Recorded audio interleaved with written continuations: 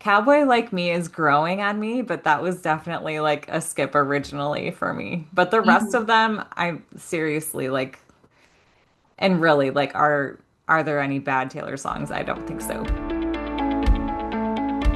Welcome to Therate. We are not therapy, but we are super fun. I'm your host, Ashley, with my co-host, Katie, and we are diving into the Evermore album today.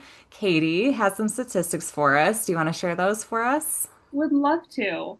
So, for the Swifties out there, you would know that Evermore is the sister album to Folklore. So, these two albums were both released in 2020 in the pandemic. Um, so, Folklore was released in July, and then Evermore came out in December. So, both of these albums were complete surprises. Like with Folklore, we were given exactly 24 hours notice before it was released, and very similar with Evermore as well. The collaborators on the album are mostly Aaron Dessner. And so if you listen to TTPD, you'll hear a lot of Aaron Dessner, especially in the anthology. He's a member of the band The National. Jack Antonoff, Bryce Dessner, and then Joe Alwyn, who is known as William Bowery, and Justin Vernon of Bon Iver. So all 15 of these tracks charted on the Billboard Hot 100.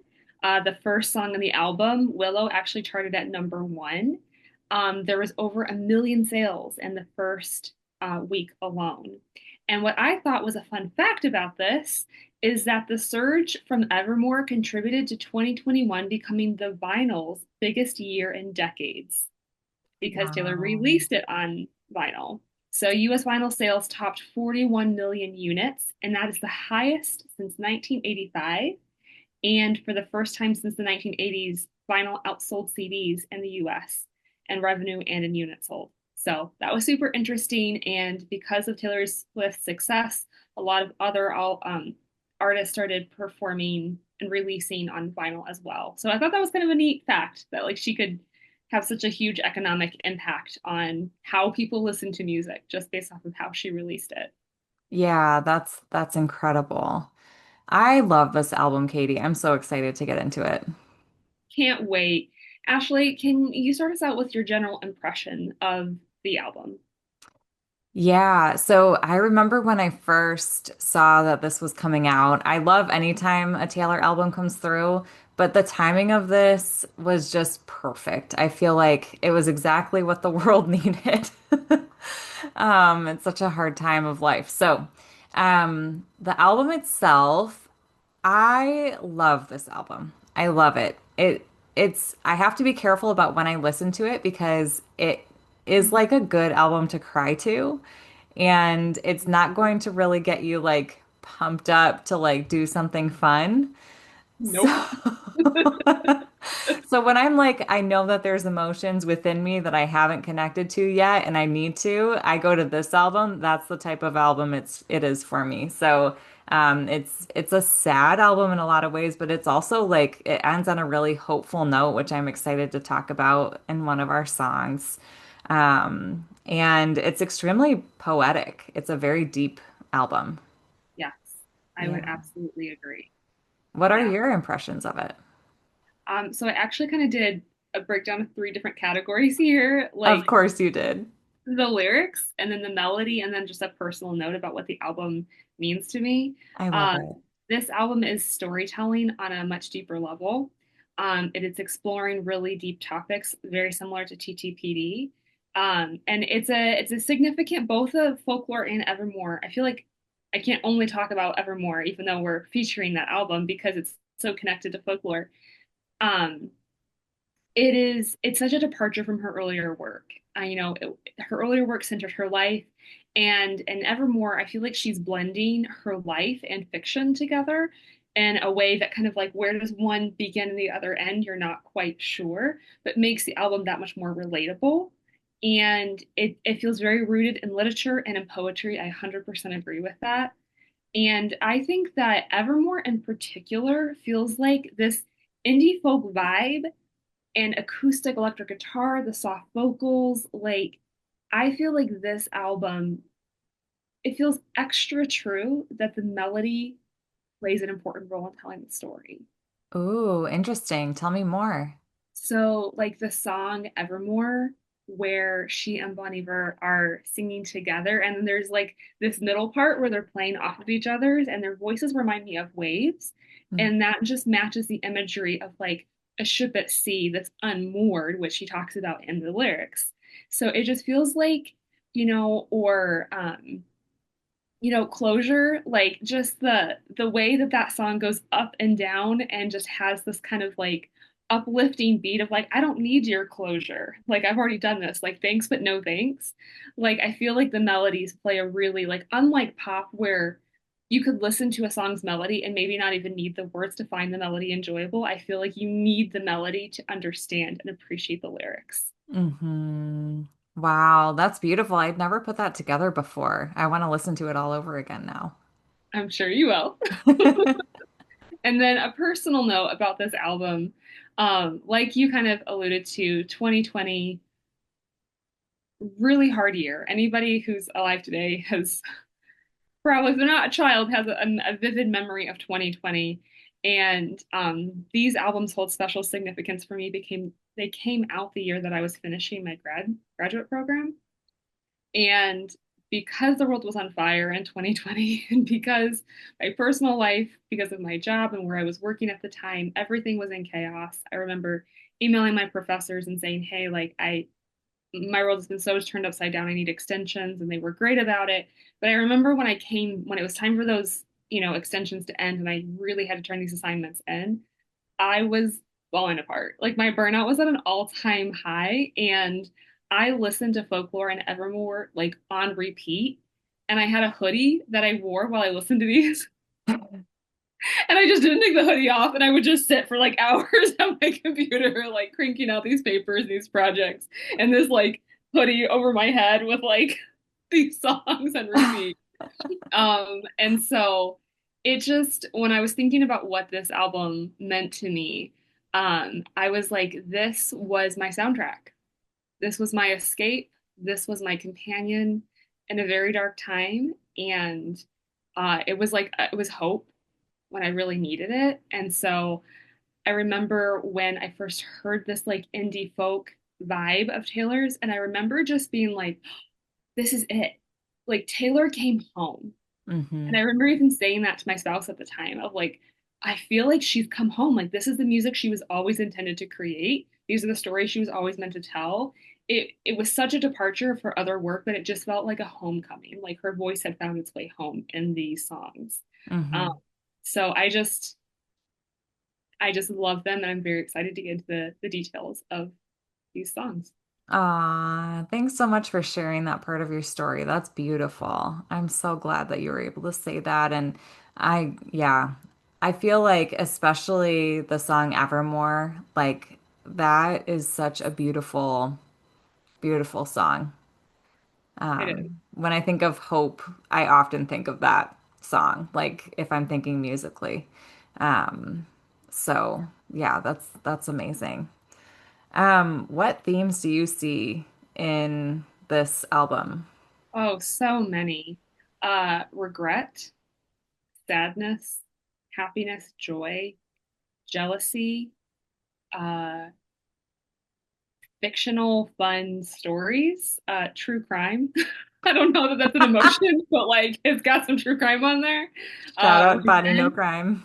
yeah, cheating, friendship, good and bad decisions. It kind of runs the gamut of emotions for sure. What are some of the ones that you noticed? Yeah, I think this album in particular goes into the complexity of relationships and Mhm. how you can be kind of like in the middle of a story. And then, you brought up a good point. Like some of these are kind of reflective as well. Mhm. And yes, definitely, well, I think fictional, some of them. I don't Pretty know. sure. Yeah, yeah. But yeah, just like the complication of relationship and then also like I often think of people who have like passive boundaries when I hear songs like Tolerate It or even Happiness, like, Mhm. maybe even Champagne Problems a little bit of like, I haven't been saying the things that I need to say or don't want to say them, or I've been saying them over and over and you're not getting it. Mhm. But yeah, I think of like times where I'm working with people and they're having trouble kind of saying what they want to somebody. And so I feel like that's kind of a through line in different ways through this, even Coney Island. Oh yeah. So yeah, yeah, kind of interesting. That's insightful. I think passive boundaries is a clever term to describe that. And I would agree with you. I don't think I would have come up with that language, but I really think you're spot on. Yeah, yeah, kind of fun, kind of fun. As you know, to see those themes come through. Oh, for What do you think makes this album relatable to people? oh my word. I know. What isn't relatable? I think that the way that Taylor blends, I think I mentioned this before, but like she's blending her life and fiction into a story, I think actually makes it more relatable because if if somebody does know her life, you might be like, well, I can't relate to that experience because that's you or whatever. But when you blend that with fiction, it feels a little bit more accessible. I also feel like this album is pretty raw in its nature. Like as I was like reading through the lyrics of the songs that we will be featuring on this latest season, I was like, every single word has meaning and purpose here, and every single like she's just telling a story and every word counts. And I don't know if this answers the question of like what makes it relatable, but like it just feels like the storytelling is very compelling and it just draws you in. And so even when there are songs where I'm like, I can't relate to this, I could think of somebody I know or a character or a story where it felt like that fit in. And because she's holding on to these like really complex things, I think that that tension for sure is something relatable. Like even in the passive boundaries, like tolerate it, for example, I think everybody can relate to that. Like I have something that I need to say that I don't feel like I can say. Hmm. What about for you? What do you think makes this album relatable? I feel like this is one of Taylor's best albums. And so the things that make Taylor relatable in general Mhm. also like get leveled up on this album, I feel. Like it feels extremely vulnerable. It feels like it could be a sister album to TTPD. Like is TTPD like the third sister? Oh yeah, I could see Um, that. yeah, I kind of want to listen to Folklore Evermore and then TTPD all at Mhm. once, like in a day, and see if anything comes through that. Um, but yeah, I mean, she as always puts words to the human experience that people find it difficult to talk about or can't quite put the words to it, but know the feeling. Mhm. And so I feel like she does that really well. But then she also has these little songs within it of like Nobody, No Crime or Cowboy Like Me, where it kind of almost feels like a movie. Like it Yes. feels like you're watching a 3 minute movie of a story. And so that also is just kind of like imaginative and fun. And like there it's not a pop album. It's not like a upbeat situation at all. But you know, I think even without those little pieces of the human experience, like the fun, light aspect of life, Yeah. yeah, it just goes to like really deep places. So I feel like that is the key to relatability with this one. Hmm. Yeah, like I feel like if I had to kind of put this in frames of light, like folklore feels like sunlight, and then Evermore feels like firelight. Like this is the kind of Ooh, music you listen to by the fire at night. There's just a vulnerability, like a coziness, a reflection. You stare into the flames if you've ever been at a bonfire or a campfire. It feels like those kind of vibes where you would have those intimate conversations. Um, so yes, to everything you said, I love that. that is such a beautiful image that you brought up. And that's so true. Like I imagine like she has that flannel on, right? Like a cozy Mhm. blanket and you've had like a fun, like maybe hot summer day or a fall day and you're Yeah, just kind of like wrapping up and telling yeah, stories by the fire. I love that. yeah. Yes. And like you would like even how a conversation might flow from like talking about, past relationships to heartbreak to something really vulnerable. And then you're talking about true crime and you're talking about, these two people who like the cowboy like me, right? That like find each other in this unlikely situation. It's just it is. It's just it feels like it flows the nature of that kind of conversation. Are there, Yeah. speaking of that, like are there any songs that stood out to you? Oh, Katie, how does one even choose? So I feel like we should shed some light on champagne problems because it's not one that we're going to be going over. And I know it's like I'm very sad for our listeners who can't see me right now. I'm just like hearing that song. but if anybody wants to request it, we would. We would. But yeah, it got a really sweet moment at the Eras tour. First of all, she had this like mossy piano and she would sing it and she always like made some funny faces at different parts of the song that I'm not going to repeat. And she had like her standing ovation afterwards at each night. And so I just think that, Champagne Problems, it's just such a it's a beautiful song. It's a heartbreaking story. It's, you know, I don't even know. I just love that song. Yeah. Such a good such a good song. And for those listeners who may not be as familiar, it's basically a song about someone who breaks off an engagement. And recognizing that this is like a champagne problem, which is kind of a euphemism for like not a big deal or like like champagne is something that you use to celebrate. It's kind of like expensive, it's kind of nice. So it's like a a first world problem, quote unquote, to use that phrase. But also it's a big deal when an engagement gets broken off. So it is a sad song. Are there any other honorable mentions? Long story short, Closure, Evermore, those are my top songs from this album. I also love Gold Rush. Yes. So fun. Yeah. So Yeah. fun. How about you? So similar to you, when I went to answer this question, I realized I was listing every single song. I was like, Katie, you have to like narrow it down. Champagne Problems for sure came up there. Willow, such a beautiful song.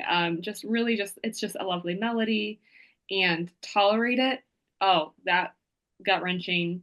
Happiness might be the most well-adjusted song Taylor's ever written, in my opinion, and it's one of my favorites that she's ever written. Like Happiness is up there for me.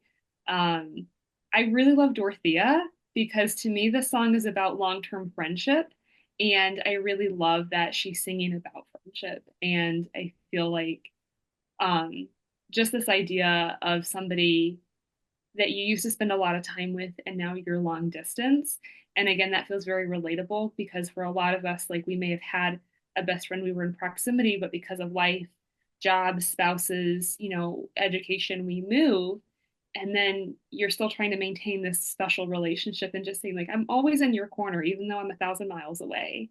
So I just really love that song and I love the message of it. And then Evermore, the heartbreak and hope taking turns in that song back and forth, Mhm. that ballad of grief.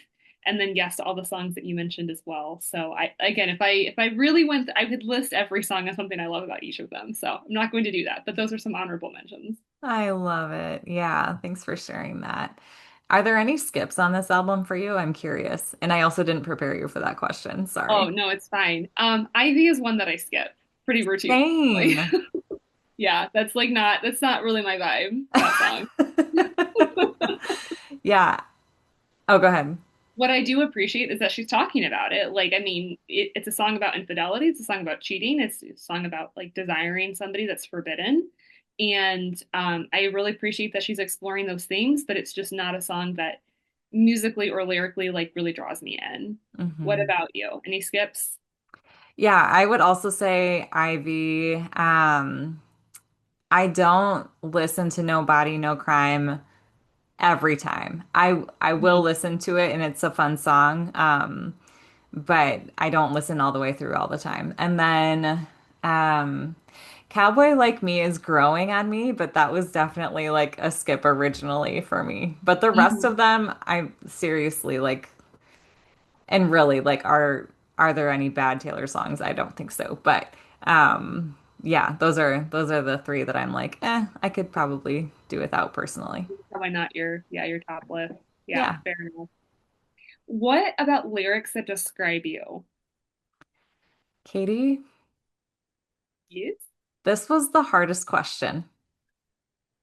Say more. Say why. What made it hard for you? I probably listened to this album, I'm not exaggerating, 7 times, trying to figure out what lyric could possibly describe me, and I could Mhm. only come up with wrong answers only. That's even better than I expected. What are your wrong answers? I did wind up coming up with one that I think describes me pretty well, but I do want to share one of the wrong answers because I think it's hilarious. Hey, what is it? Misery. Oh, you're just miserable. You are misery. You're misery incarnate. I love how she says that too. She's like, misery. Misery. Yeah. There's like drama to it. But um I did decide on the heart I know I'm breaking is my own to leave the warmest bed I've ever known Mm. because Oh. because I hate getting out of bed. I hate it. The best part of my day is when I go in bed, and the worst part of my day is when I leave it. Word. I so feel that. That's so funny. You took a very serious lyric and made it very unserious, and I love you for that. How So about you, Katie? Were you able to find one that describes you? I was, and unlike you, I found mine pretty quickly. So I feel like I found it as fast as I did on the TTPD album. But it's a lyric from Evermore, which says, "Hey December, guess I'm feeling unmoored." Oh, And I particularly love the word unmoored. I think it's a lovely word and I think it has beautiful imagery. And in various difficult seasons of my life, I've used that exact word to describe myself. It's just the idea that things that used to ground me no longer do, or places that used to be familiar to me no longer are. And mm. yeah, I just think that like the way that it's just kind of phrased, like, guess I'm unmoored. It's just like, oh wow, like I'm reflecting on like things that used to kind of hold me in place. And for whatever reason, that's no longer in my life or I've transitioned. And it just felt like that was really relatable. Yeah, that's beautiful. I never knew what that word meant. I just sang with it. So I'm so Oh, glad that you yep, explained it. yep. Yeah, so it's kind of it's related to like a ship being moored. So it means it's like a ship is like tied to a dock, and then if it's unmoored, that means that it's untied and it's drifting. So it's kind of this idea of being disconnected and not having direction or not being clear about where you're going or where you came from. Wow. Wow. What do you think it is? First of all, that's beautiful. Thank you for sharing that. What do you think it is with like the nautical references? I don't know, It but you're seems like right. there's a lot of them. There are a lot of nautical references. Yeah, there are, especially like in Willow. Yeah. Yeah. That's interesting. Yeah, we'll have to dive into that angle a little bit deeper. I don't think I have anything right now to say about that, except that you're absolutely right, and I hadn't realized that. But yeah. Yeah, it's interesting. Hmm. Um, yeah, so Katie, do you want to share the songs that we're going to be going through on this album season? Yes, would love to. Do you want to start with your songs first? Oh, sure. So this was a hard one for me. I had like 4 backups, so there's so much we could dive into in this album. But I finally narrowed it down to my three, which are Tolerate It, Closure, and Evermore. I'm so excited for those songs. Me too. Like you, I also took a very long time to actually know. Like we set a deadline for like choosing songs, and I went like a day or two past that because I like couldn't make up my mind. But my songs are Happiness, Coney Island, Right Where You Left Me. Oh, it's so good. And to our listeners, I just want you to know that my heart is broken because there were many songs that could not make my list. So if you want to request, I mean, don't threaten me with a good time. So I will take you up on that. So please, I would love song requests from this album. I'm like basically Yeah. begging you at this point to send in a song request. Yeah. Is there like one that's coming to mind that you were like, if I had been able to choose four, it would have been this one?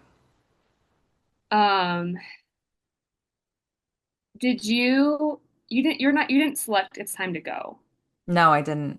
Yeah, so It's Time to Go, I think would have been one. Dorothea would have been one. Champagne Problems, and probably Tis the Damn Season. Okay. Yeah. Yeah. Good, good, good. Oh, yeah. I hope we get some requests because that's so fun. I love it when we do. Absolutely.